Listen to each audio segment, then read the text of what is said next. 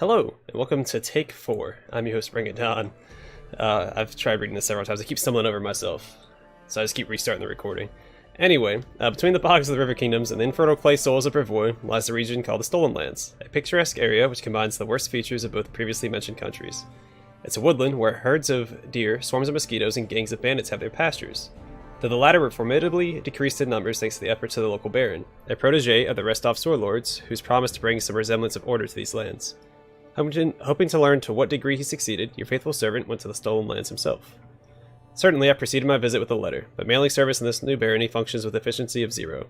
No one came to greet me except for a horde of hungry kobolds. Here, these creatures can be met way more often than guardsmen or, let's say, street cleaners. I barely managed to fight off those pets, and I narrowly escaped drowning in the river ford. The only thing here more rarely met than a paved road is a good, well-maintained bridge.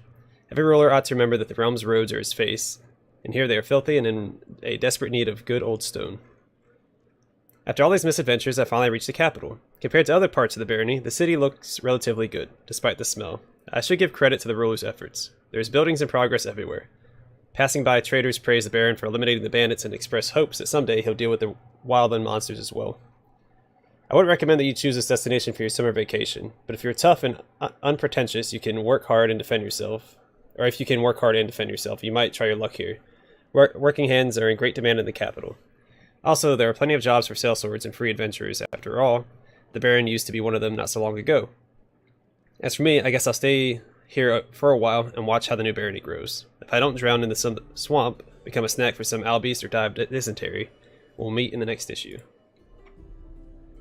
This is Keston's letter. Your Grace, please forgive my sudden disappearance. I deem myself of more use among your subjects than at court. The people are afraid, Your Grace. They believe they've been forgotten, that their ruler couldn't care less about the simple folk, even as they perish each and every day. For this reason, those who can bear arms are starting to take matters into their own hands. A wild mob is a force to be reckoned with, and you already have enough to worry about. Fortunately, I was able to convince these people that I'm on their side. In the end, I have decided to lead this militia myself, in order to be the first one to know whenever the people learn something new, and to protect them from making rash decisions. I've led troops before, and your subjects view me as one of their own, so they trust me and are willing to follow me. It was with a heavy heart that I left your castle, but my hope was that once among the common people, I would be able to track down the source of the disease that struck the barony. I was recently informed that one of the squads scouring the outlying regions of the Canelands had encountered a mysterious shrine. Our spies report that at the beginning of each week, cultists gather there to worship the dark goddess Lamashtu, the patroness of all manner of hideous creatures. I know little of the gods and their affairs, but the appearance of the Mother of Beasts and her followers in a land teeming with monsters can hardly be a coincidence. As soon as I finish writing this letter, I shall lead a squad of my best men there and await your arrival. Ask for your help, Your Grace, for I shall need it to strangle this filth in its cradle. Who knows, perhaps we'll capture one of the cultists alive and find out if they and their goddess are behind the misfortunes of your barony. Your loyal servant, Keston Gures. Okay, well, why is this all... There we go, that's weird. Sorry, I'm a little sniffly this morning. Nothing too crazy.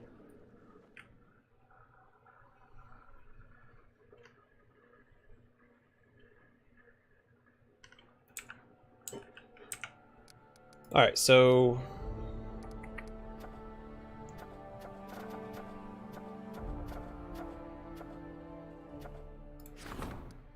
we can start with the Regent. Then we'll put the other guys on events, maybe?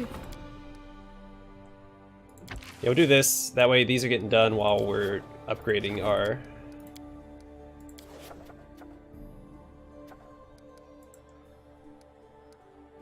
Do I have anyone left to...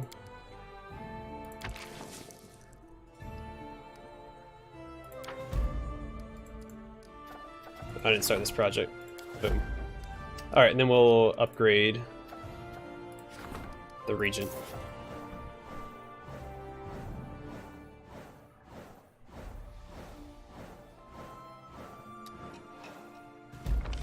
Alright. Community reached rank 3. Wow, 1 community, 6 loyalty, and +1 relations. It's pretty good. Alright, strengthen Libedia's skills as an advisor.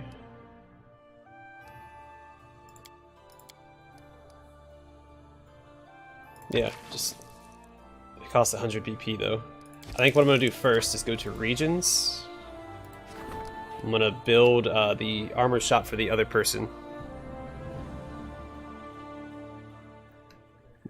I don't remember their name.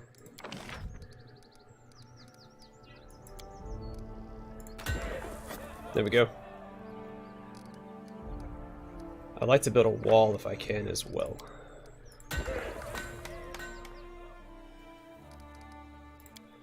And a tavern.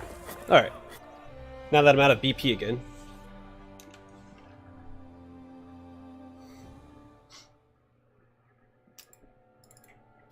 I can claim the North Nile marches now. Don't have enough money. That's fine. It's fine. Lindsay has a suggestion, so we can talk about Lindsay, or talk to Lindsay. The citizens wish to express their appreciation for their ruler and protector, someone must organize a presentation of gifts. Well, let's start with projects, because I want to upgrade him, so make sure he's not available for anything as I go through. Rumor has it an unknown self-taught master crafting items of extraordinary beauty and rare qualities appeared in the region. Such people are rare, something should be done to entice their stay. We'll send, what's-his-face to deal with that. He's still dealing with the devastating raids.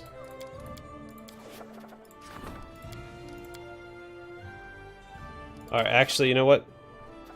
I already started that, son of a gun. Alright, we'll stop that as well.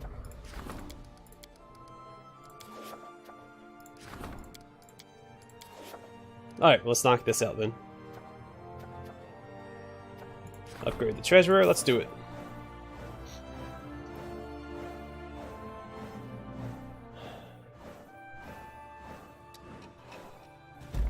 Alright, so economy is now rank 3 as well. Plus 3 in the military, finally finished that. Oh. You suck, Tristan. Alright, new events. Letter from Magar Varn. So we can look at that as well. Some half-elf trading fabric in the capital, see what loophole in the law. Take care of that for me, big guy.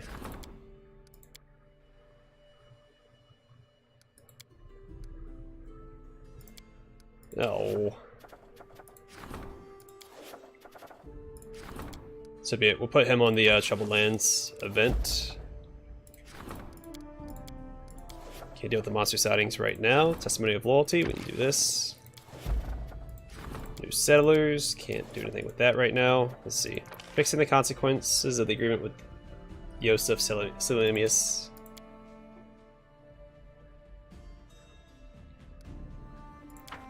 Okay, well I think we're okay here. How much BP do I have? Can I claim? I don't have nearly enough. Okay. 17 days for that. Alright, well, let's exit here and talk to the people in the throne room. A lot of kingdom management this episode.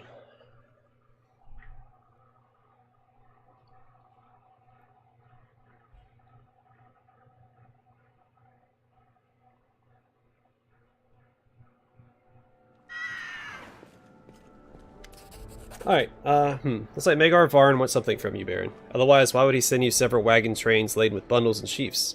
Here's the letter. I think it'll tell you the reason for Varn's gift or fit of generosity.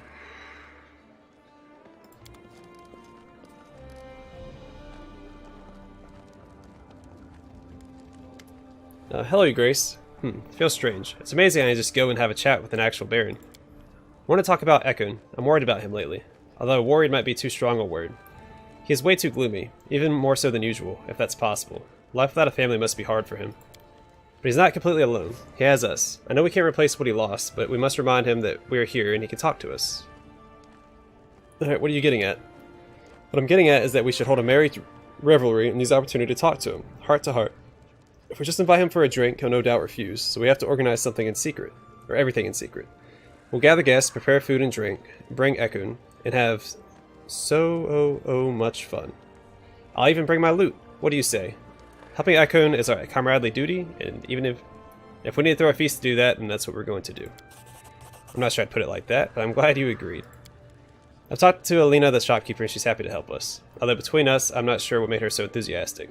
Anyway, you should talk to her. I should go and think what I'm going to play. And one more thing, don't be late. I fear if we don't pull Ekun out of his mood now, it'll be too late. Okay.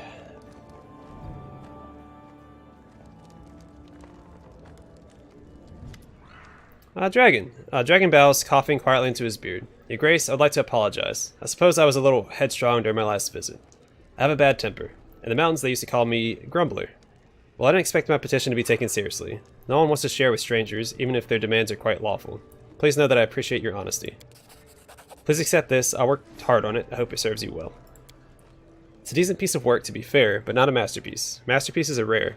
Once-in-a-lifetime accomplishments. Anyway, I have an idea how to use your family relic our family relic for your greater glory. I'm going to need your help. Come by if you're interested. I'll tell you more. I need something for you. Ooh, plate armor. Very wise. One should never forget about protection. Everyone thinks of glory and victory. A sharper axe, a heavier hammer. Never stop to think about their bones. Haha, the fools. Okay.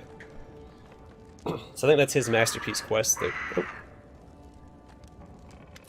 Unfazed by the awkward silence, Boken searches through his bag for quite a while. Finally, he pulls out a sizable brown paper package. There you go, a little something from old Bakken. Potion of Shield of Dawn and Potion of Greater Invisibility. If you ever need anything in particular, just let me know. If you're not sure, I'll go home and think of something myself. My bones ache. Thank you, this will prove useful. You may go now. Yeah, we've already read most of that stuff. I'm gonna start skipping through his dialogue when he comes back. Oh jeez, it's a lot of people to talk to. Oh, is this, the other girl? Okay. I greet you, O most worthy one. As decided, I have stepped upon the path... What does it say? Okay. I have stepped upon the path of the Master Smith, as fated by the perfect human. Since a rare few in these lands appreciate the aesthetics of the barony, I have decided that my gifts will be made for you. However, even though my feet may carry me swiftly to the top of the mountain of perfection, on this path I shall need the help of someone tactful and dependable. Someone such as you, O worthy one. If you are ready to aid me, come see me in my workshop, and I shall tell you of my need. Okay. Is that finally everybody? Forwards.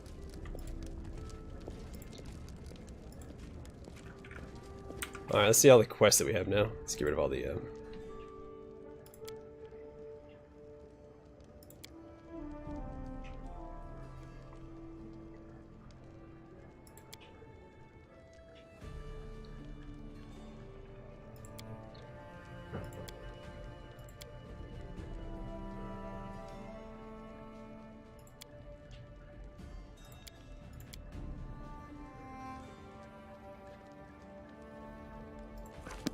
Okay, actually I'm gonna rest since I think some of us are still hurt. And then we'll go talk to Alina at the tavern. Set up Ekun's nonsense, his party. Oh, sorry about that. Little phlegmy this morning.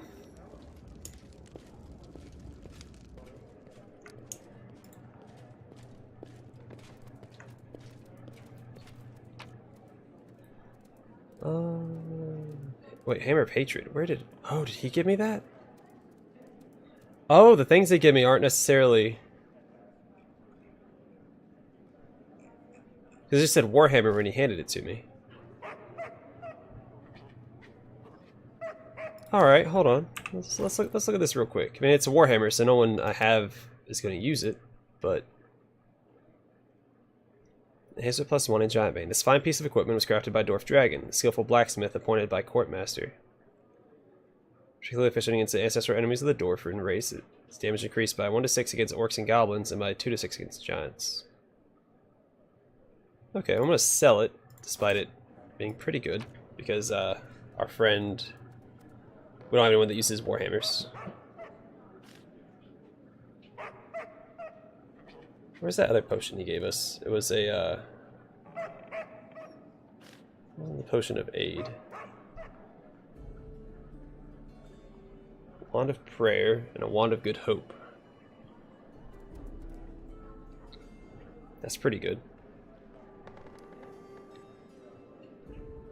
Yeah, they're giving us some pretty good stuff. I like that.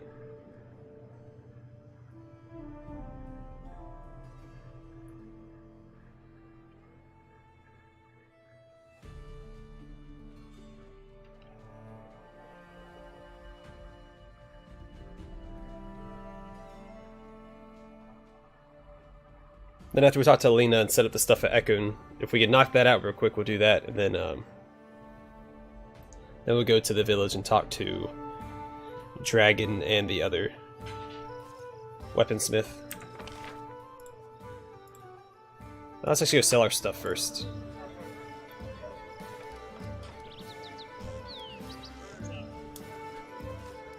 Forwards. Oh, excuse me, sorry. Trying to cough while I'm recording. Alright, let's sell all that garbage. And I guess the Hammer of Hatred, don't plan on using that. This only has 3 charges, it's probably not worth.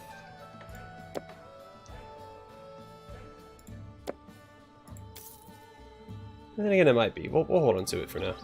Without a doubt. Let's go talk to Alina.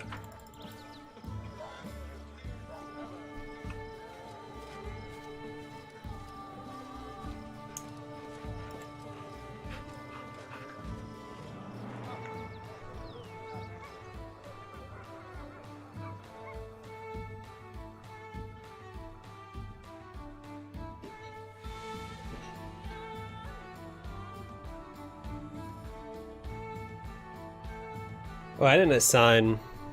Yes, I did, never mind. I was gonna say I didn't assign Jubilos to anything, but I did. Forwards.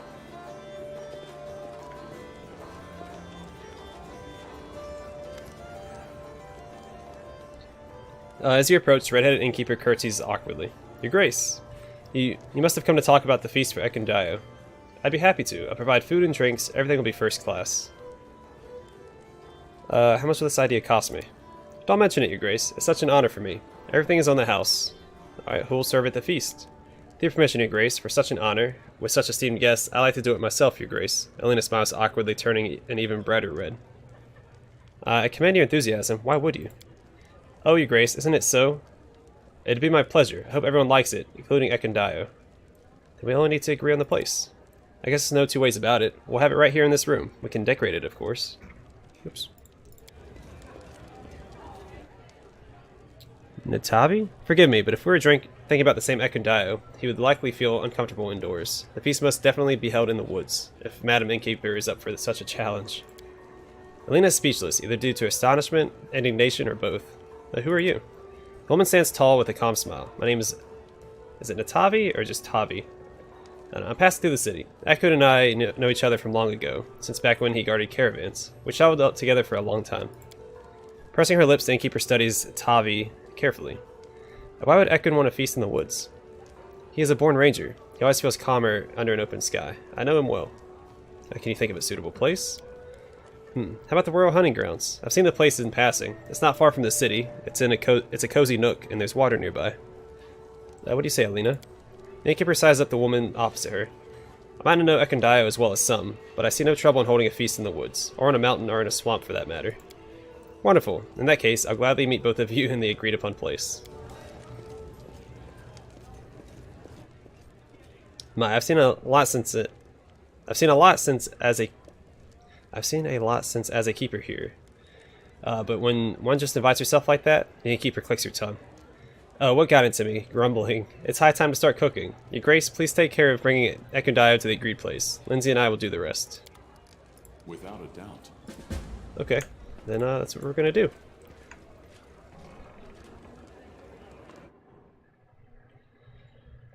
So there's probably gonna be some sort of jealous rivalry between Tavi or Natavi and Alina.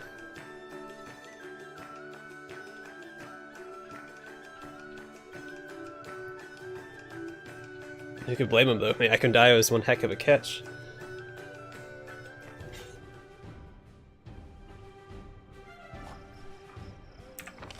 He is the, he's got a lot of DPS, man. And that's what I look for in a man. Lots of DPS.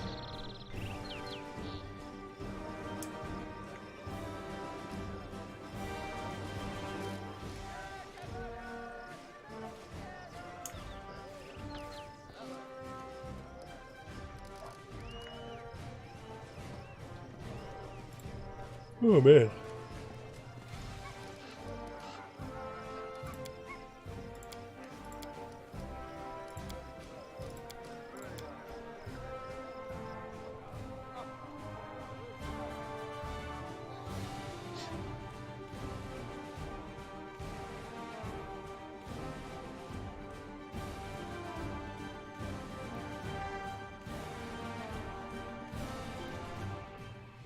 Yeah, I feel like he's gonna end up turning back to oh, jeez.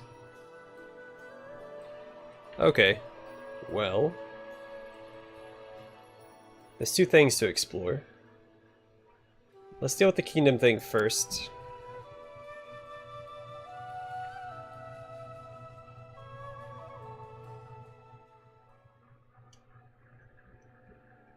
Alright, +1 economy, +1 relations. I met with the Baron. Okay, do I have anyone that's not occupied?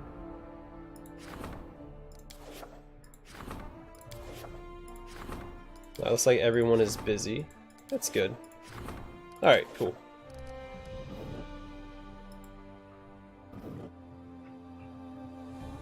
See, she doesn't have anything for her. She can be the general. She can be the regent. She can also be the regent. He can be the high priest. Nothing for Jathal. I can die. Alright, well. So be it. I'm gonna go to the Gudrun Bridge area first, because I don't know what's waiting for us there. And I'm interested in finding out.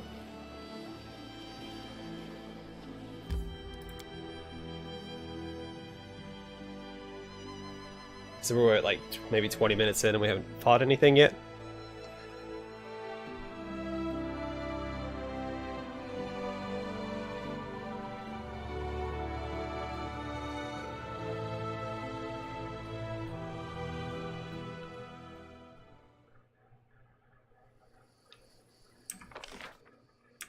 Alright, if I had to guess, it's probably towards the bridge.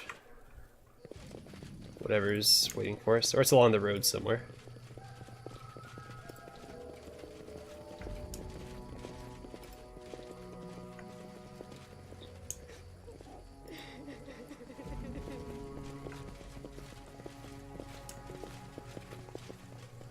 Tigny Jusmert. Starts with a refugee.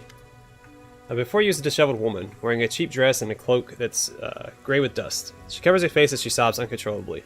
A disaster, this is such a disaster. What happened? The woman raises her face, tears still streaming. Her eyes widen as she recognizes you and she shudders. Baron, it must be Providence that sent you to me. Only you can help me. She wipes her cheeks and stifles another sob. I was robbed by a forest monster. It took my most valuable possession, my great-grandmother's pearl string. Just robbed? Let you go away alive? This is big luck. I was hoping to pay the bandits at the bridge with them. They're a family heirloom, a real treasure. My great-grandfather brought the pearls all the way from a letter? I thought that'd be enough to get me to Gault. When I was ambushed by that vile beast, I was so frightened, I dropped all my belongings and ran. When I came to my senses, it was too late. What am I going to do? I'm so scared of going back. Describe this forest monster. The woman frowns. It had greenish skin, short, and a wide face and red eyes. It jumped out of nowhere, flashing a dagger at me and yelling in Pidgin. It said I should give it my money or else. The creature's description leaves little doubt. It's a goblin. Many of the little pests have recently taken to lurking about the barony. Where are you from? From far off, the woman sighs. I promised my cousin I'd visit her in Gault, but now this. You brought a priceless family heirloom along on a visit to Gault. The woman blushes and lowers her gaze. Forgive me, your grace. Her whisper is barely audible. It's difficult to confess, but I'm running away. 2 men in my village died from the magic disease. Ere still willing, I'd save myself. Are you traveling alone? Yes. Mother died last year, and my brother moved to the city. I hope that at least there he'll be safe from the disease. I'll try to find your missing jewels. Where were you attacked? No, thank you so much. The beast ambushed me by the large stone along the road. Follow it northwest. It's not far, but please be careful, Baron. I beg you. You thought you could run? Alright. I should go. So we'll do with that in a moment.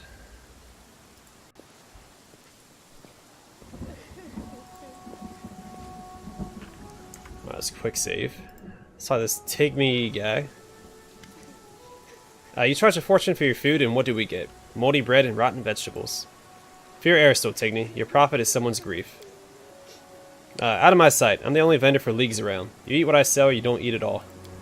The merchant, a stout man in a shabby jacket, greasy pants, and tattered beret, finally notices you. Welcome to the traveling shop of Tigny Jusmert. The finest goods this side of the canyon, sir. What a scumbag, Octavia turns to you resentfully.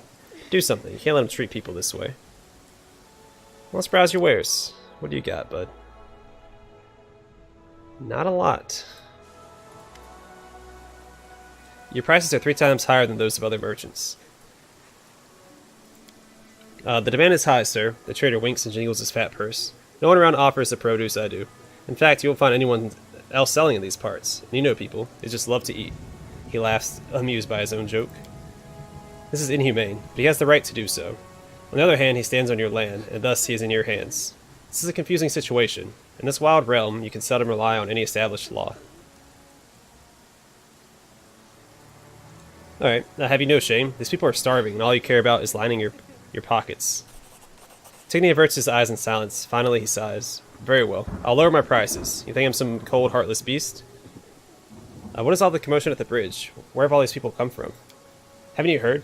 The Stag Lord, Baron. He's alive. One day he just comes back with his band, takes the bridge, and starts demanding coin for safe passage. So people are piling up at the bridge after all. How can a peasant scrape up enough coin to pay the toll? Some have been here for a while now. Many might have starved to death if it wasn't for my willingness to help those in need, for the right price, of course. Point at the angry peasants nearby. Looks like you're making their blood boil. That rabble? Tigny looks over at the peasants and sniffs. Those beggars can say whatever they want. They may whine and grumble all they wish, but they never dare to come out in arms against my boys. Alright, I have to go.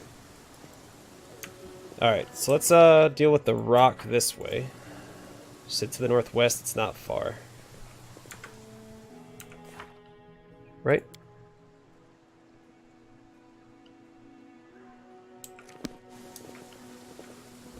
She's talking about this rock right here?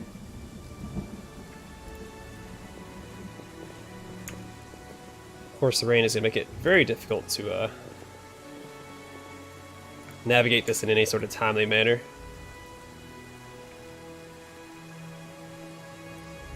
I'm assuming she means this rock here.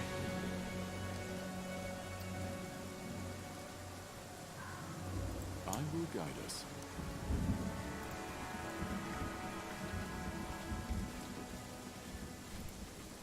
I hate when seasons change in the real world. It causes my allergies to act up pretty awfully. Some kind of awful. I used to not have allergies at all. I don't know what happened. I lived in California for 5 years and moved back to the East Coast, and now it's like my immune system is weakened. That means this rock.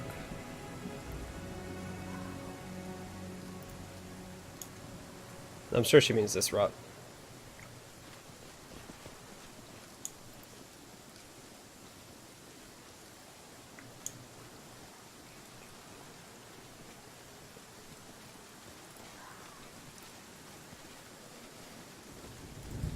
Alright.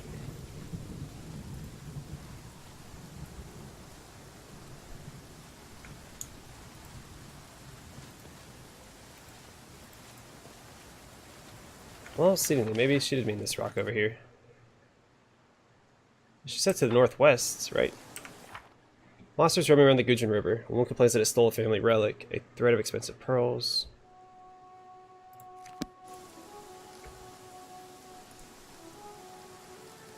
I stand ready. Think about resting just to make the storm go away. Because man, it's really slowing down progress.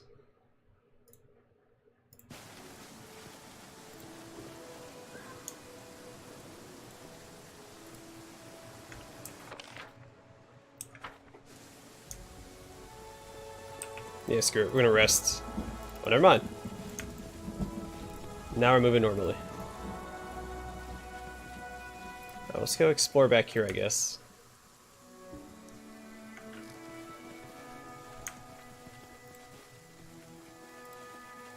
Goblin Prince. The goblin in front of you looks unusual. His ugly face is covered with red clay, which looks to be war paint. A string of beads is dangling from his ears, and he's wearing a dirty reed skirt. Stop. I be Prince of Camelin. You be bringing presents? I take everything. Shiny bits, sparkly bits, grub. I'm the Baron of these lands. Do you know what I do with imposters like yourself? Ah, Prince wants to live. Prince be too pretty to die. The goblin rips the beads off his head and throws them at you. With an angry whine, the goblin runs off, a trail of reed stalks falling from his skirt as he flees. Okay, well that was easy. Let's head back down here. We'll deal with the bandits on the bridge as well. Let us not hesitate. Nothing to it.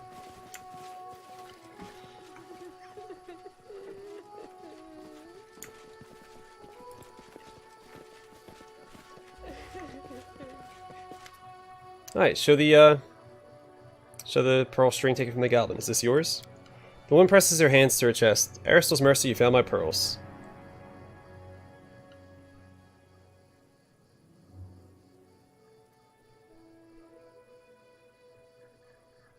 Yeah, let's do this because I'll get more experience for this. I'll return your treasure on the condition that you turn back. I'm sure your brother would take you in, and there's safety in the city. These are trying times, but I'm doing all I can to stop the disease and protect the people. The woman hesitates, tugging at the edge of her cloak and averting her eyes. And then keep you the trinket for yourself, she mumbles, barely audible. My life's more important to me. She lowers her head and turns away. Seems I can't change your mind. Here, take your pearls. The woman slowly slides her pearls through her fingers. So beautiful. It's such a pity I'll have to part with them. Perhaps it would be best to cut the string, spend the pearls one at a time. She sighs and forces a smile. But I'll manage, Your Grace. Thank you for your help. I'll never forget what you've done. I wonder how much gold I have to give. Good luck.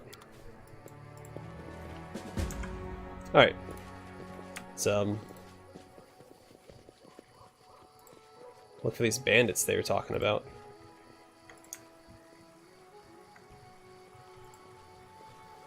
Old man, what are you doing here?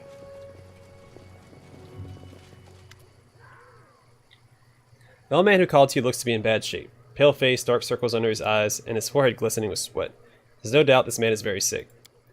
Hey lad, would you... The old man breaks into a coughing fit. Would you do an old man a favor in his hour of need? I've traveled far, but I somehow fell ill along the way. I know of a berry that grows along the coast in these parts, though. It's supposed to be a potent medicine. It will... The old man coughs again. It'll put anyone back on their feet.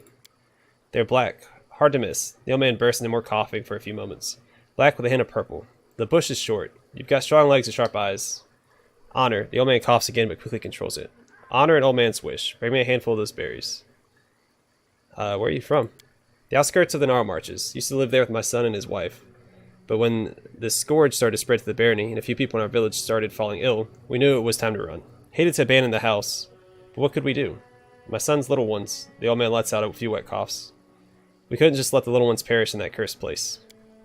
I left too. They're my family after all. The old man coughs a few times. But I'm not as strong as I once was. I started lagging behind, holding them back. So I said, listen, son. Save your wife and kids. I'll make it there on my own. He coughs again, then goes silent for a moment. We agreed to meet up in Drember village. He trails off as his eyes grow watery. Who are all these people on the bridge? Refugees, running from an illness that causes horrible beasts to burst out of people's bodies. The rulers couldn't care less for the simple folk, the old man says, cringing slightly. So people run as far as they can. The Baron can stay in his cursed land all he wants, but we want to be safe. You shouldn't speak of the Baron that way. The old man waves his hand dismissively. I'm old. I have little concern for them high lords. I just hope I don't die and none of my kin get sick. Alright, I have to go. Alright, so medicinal berries. Bushes along the Gudrun River. There's bushes here. There's loot there. Did I miss that before? Oh, that's the bush I have to get to.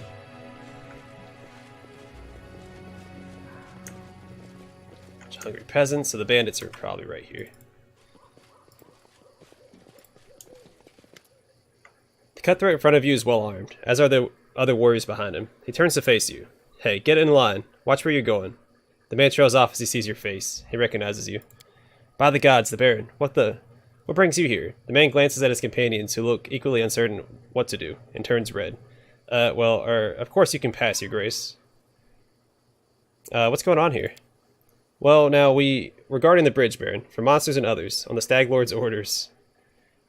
The Stag Lord? The Stag Lord is dead. What is this nonsense? Gotta peel your eyes, Your Grace. Alive he is. See for yourself. There he is, keeping watch over us himself. Where at? I'm the Baron of this realm. I didn't order anyone to guard this bridge. The bandit swallows. It's, like, an order is an order, sir. Or an order is an order. We're the Stag Lord's people. He says, guard the bridge, we guard the bridge. Who gave you the right to extort passerbys?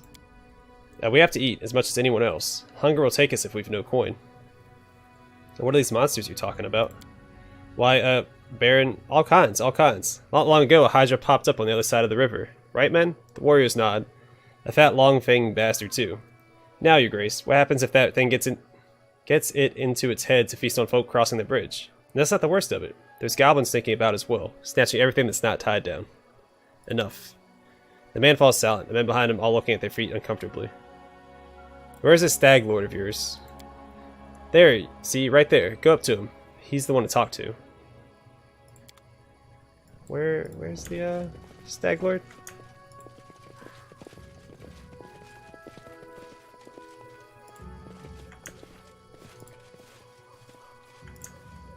Is he over here?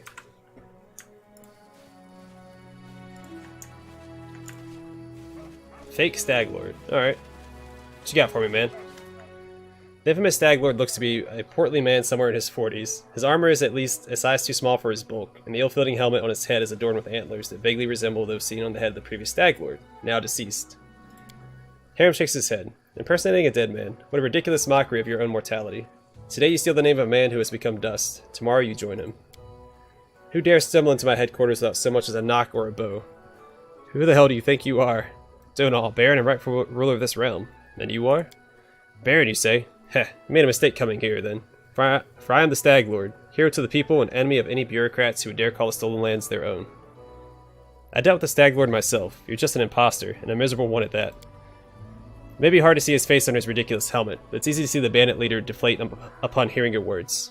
No, it is I who is the Stag Lord. You killed an imposter. The gang leader's voice quavers as he speaks. Alright, Stag Boy, you're gonna take that ridiculous thing off your head, leave this tent, and do everything you can to ensure I never hear from you or your gang again. Everything you've collected so far will be returned to the people.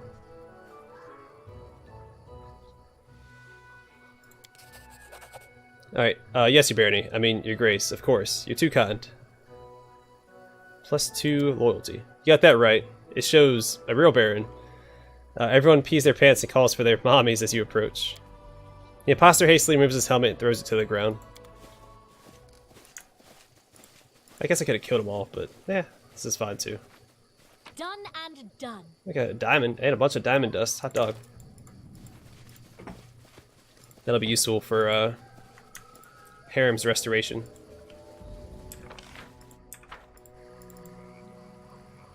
Our time has come. Man, I wish my allergies weren't acting up today. It is really infuriating. I'm not gonna lie. It'll probably be like this for like another week or so, and then my body will start adjusting to the change in seasons again. Let's finish them quick. We shall overcome.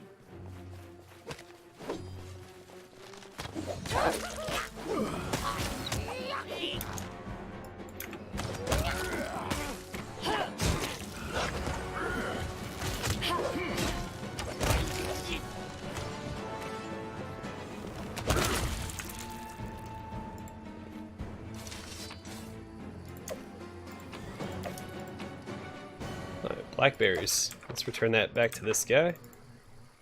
I will see this through.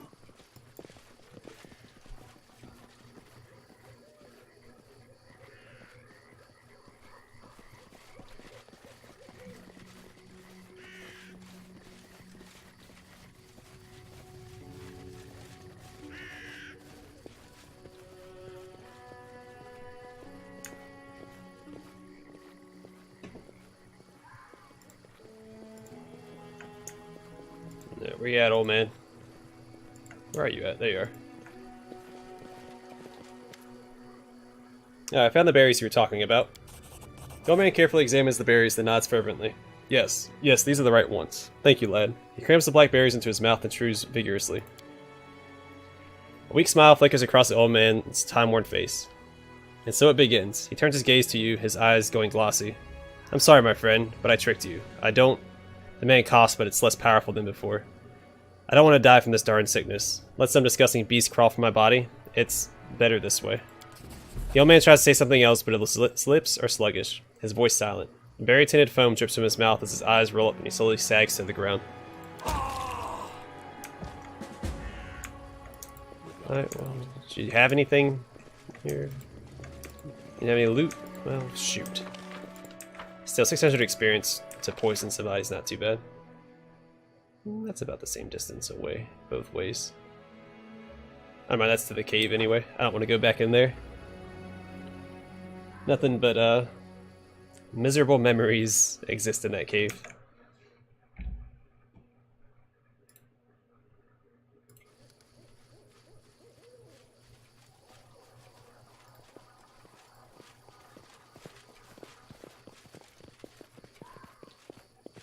Alright, so we'll go to the hunting grounds, and then I'll probably call it an episode there. And then we'll do Ekun's side quest in the next episode. Sounds good to me, especially since I'm having trouble reading because my throat and allergies and not being able to breathe.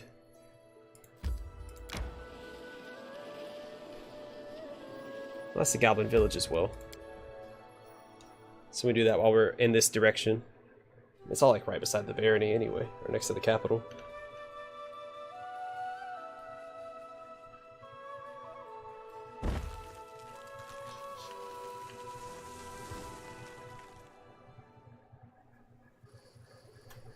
Alright, we'll call it here. In the next episode, we'll, wonder